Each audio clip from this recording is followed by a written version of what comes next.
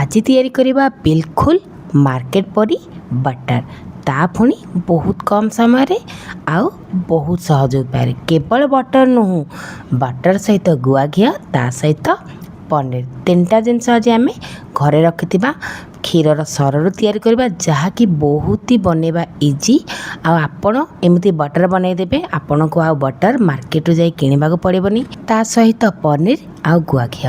नमस्कार सांग माने जय जगन्नाथ स्वागत करुच्ची आपण समस्त को मो यूट्यूब चैनल चलतु एबे आ बेसी डेरी न करी स्टार्ट करवा।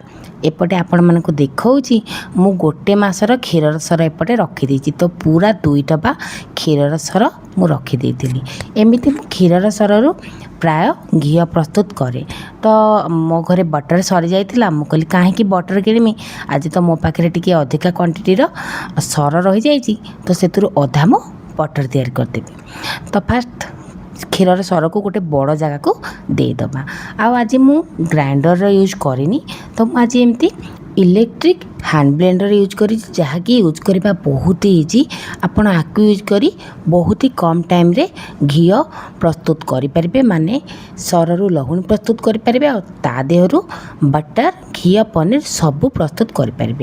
तो एपटे देखु मु पूरा सर को केते सुंदर भाव में पूरा बाटी नहीं ता पुणी हैंड ब्लेंडर सहित आउ ताकू पूरा कंटिन्यूसली 15-20 मिनट भी आपड़ एमती चल ने अल्प टिके पानी देके ताकू आ 5 मिनट एमती चल ने देखिए आपणकर लहुणी गुड़िक केते सुंदर भाव में बनीज। एपटे आपण मैंने देखिपे पूरा 20-25 मिनट पर मोर लहुणी पूरा बनिकी एबे रेडी हो जाइए आ पानी में से पूरा अलग हो जाइए। एबे लहुणी को सब मु काढ़ी आणुची गोल गोल करिकी आ ताकू ठंडा पानी रे पकई दूची। बाकी जो लहुणीर पानी बड़ी जाइए ना ताकू आप फोपाड़े ताकू मु आपण को पर यूज करके बतेबी से मु कौन बाहर करी तापर गोटे थर ठंडा पानी धोई सारापर ताकू आउ गोटे थर ठंडा पानी पूरा भलसे धोई नेबे। धोई नेला से गोटे जो मु गोल करी बॉल साइज तो गोटे बॉल साइज मु आनिकी एमती गोटे प्लास्टिक डब्बारे ताकू चारिआडे स्प्रेड करदेली माने बटर से जदि आपण मानकु हाथ में कंफर्टेबल लगुनि तो आपण एमती चमच रे यूज करें। एबे ताकू देखो भल से पूरा स्प्रेड कर सारापर ताकू कवर करके 4 घंटा रेफ्रिजरेटर रे छाड़देली जमीती कि आमर टिके सेट हो भितर बाकी चलतु प्रोसीजर करदेबा। तापर जो बाकी थिबा लहुणी गुड़ाक मु घी प्रस्तुत करदेली आ घी तो आपण मैंने जानते बनवा बहुत इजी गोटे कड़े से लहुणी को देदेली 10-15 मिनट पर मीडियम टू हाई फ्लेम रे ताकू कुक कलापर आमर एपटे घी बनिकी रेडी होगला। तो ताकू मु ठंडा हाँपाई छाड़देली भितर जो लहुणीर पानी बची जाता ताकू टिके कुक करदेली आ 2 चामच भिनेगार आ पानी देदेली आ सेतुरु प्रस्तुत करदेली पनीर। एबे पनीर को गोटे सफा कपड़ा रे गोटे स्ट्रेनर साहाय्य एमती देखंतु छाणी नेली तापर ठंडा पानी रे ताकू गोटे 2 थर एमती भल से धोई नेली जेमिति कि सब भिनेगार सब फ्लेवर सेतुरु पळेबो। एबे ताकू दे चला परे तार सब एक्सेस पानी को काढ़ी नेली आ केमती गोल करके तापर गोटे बड़ जगह एमती माने किछि गोटे हेवी जगह रखीदेली तापर ताकू तो सेपटे साइड करदेली। एपटे 4 घंटा आमर हो जाइतिला ता भितर आमर एपटे देखि पारथिबे बटर मध्य बनिकी पूरा रेडी हो जाइछि माने पूरा सेट हो जाइछि।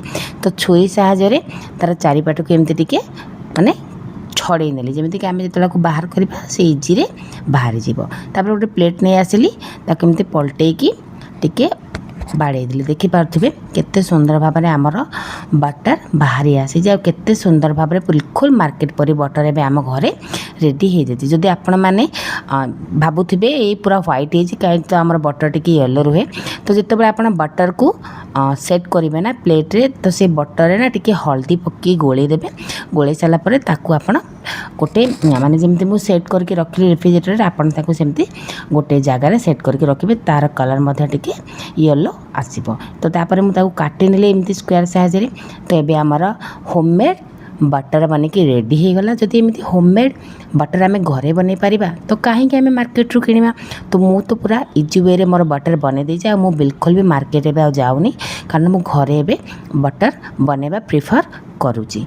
एबे हमर बटर एपटे रेडी हो गला तो ताकू मु एयर टाइट कंटेनर एबे स्टोर करिनेबी कारण बटर को एबे आम स्टोर करके ताकू फ्रिज रे रखी नवा आ जेतेबेले दरकार पड़िबो सेतिर गोटे गोटे खंड आनी यूज କରିପାରିବା। ତ ସାଙ୍ଗମାନେ ଏ ବଟର ରେସିପି, ଘିଅର ରେସିପି ଆଉ ପନିର ରେସିପି ଆପଣମାନଙ୍କୁ ଯଦି ଭଲ ଲାଗୁଛି ତ ମୋ ଚ୍ୟାନେଲକୁ ଗୋଟେ ସବସ୍କ୍ରାଇବ୍ କରିଦେବେ, ମୋ ଭିଡ଼ିଓକୁ ଗୋଟେ ଲାଇକ୍ ସେୟାର କରିବାକୁ ଭୁଲିବନି। ଏବେ ସବୁ ବଟର ଗୁଡ଼ିକ ମୁଁ ଗୋଟେ ଏୟାରଟାଇଟ୍ କଣ୍ଟେନରରେ ରଖି ନେଇଛି ଆଉ ତା'ର କଭର୍ ଦେଇକି ତାକୁ ଏବେ ମୁଁ ରେଫ୍ରିଜରେଟରରେ ରଖିଦେଲି। ତା ଭିତରେ ଆମର ଏପଟେ ଗୁଆ ଘିଅ ମଧ୍ୟ ଥଣ୍ଡା ହେଇଯାଇଛି। ତ ତାକୁ ମୁଁ ଷ୍ଟୋର୍ କରିନେଇଛି ଗୋଟେ ଗ୍ଲାସ୍ ବଟଲରେ, ଯେଉଁଥିରେ କି ମୁଁ ୟୁଜୁଆଲି ଏମିତି ଗୁଆ ଘିଅ ରଖେ। ତ ସେଥିରେ ମୁଁ ଏମିତି ଗୁଆ ଘିଅକୁ ପୁରା ଛାଣିକି ରଖି ନେଇଛି। ଏପଟେ ସେପଟେ ତ ଆପଣ ଦେଖିପାରିଲେ ଆମର ବଟର ରେଡ଼ି ହେଇଗଲା, ଏପଟେ ଆମର ଗୁଆ ଘିଅ ମଧ୍ୟ ରେଡ଼ି ହେଇଗଲା। ତ ଚାଲନ୍ତୁ ଆପଣଙ୍କୁ ଏବେ ଦେଖାଉଛି ପନିର। ଏପଟେ ଦେଖିପାରୁଥିବେ ପନିର ମଧ୍ୟ ରେଡ଼ି ହେଇଯାଇଛି। ତ ଗୋଟେ କ୍ଷୀର ରସରୁ 3 ପ୍ରକାର ଜିନିଷ ଆଜି ଆମେ ବନେଇକି ରେଡ଼ି କରିଥିଲେ, ବଟର, ଗୁଆ ଘିଅ, ତା ସହିତ ପନିର।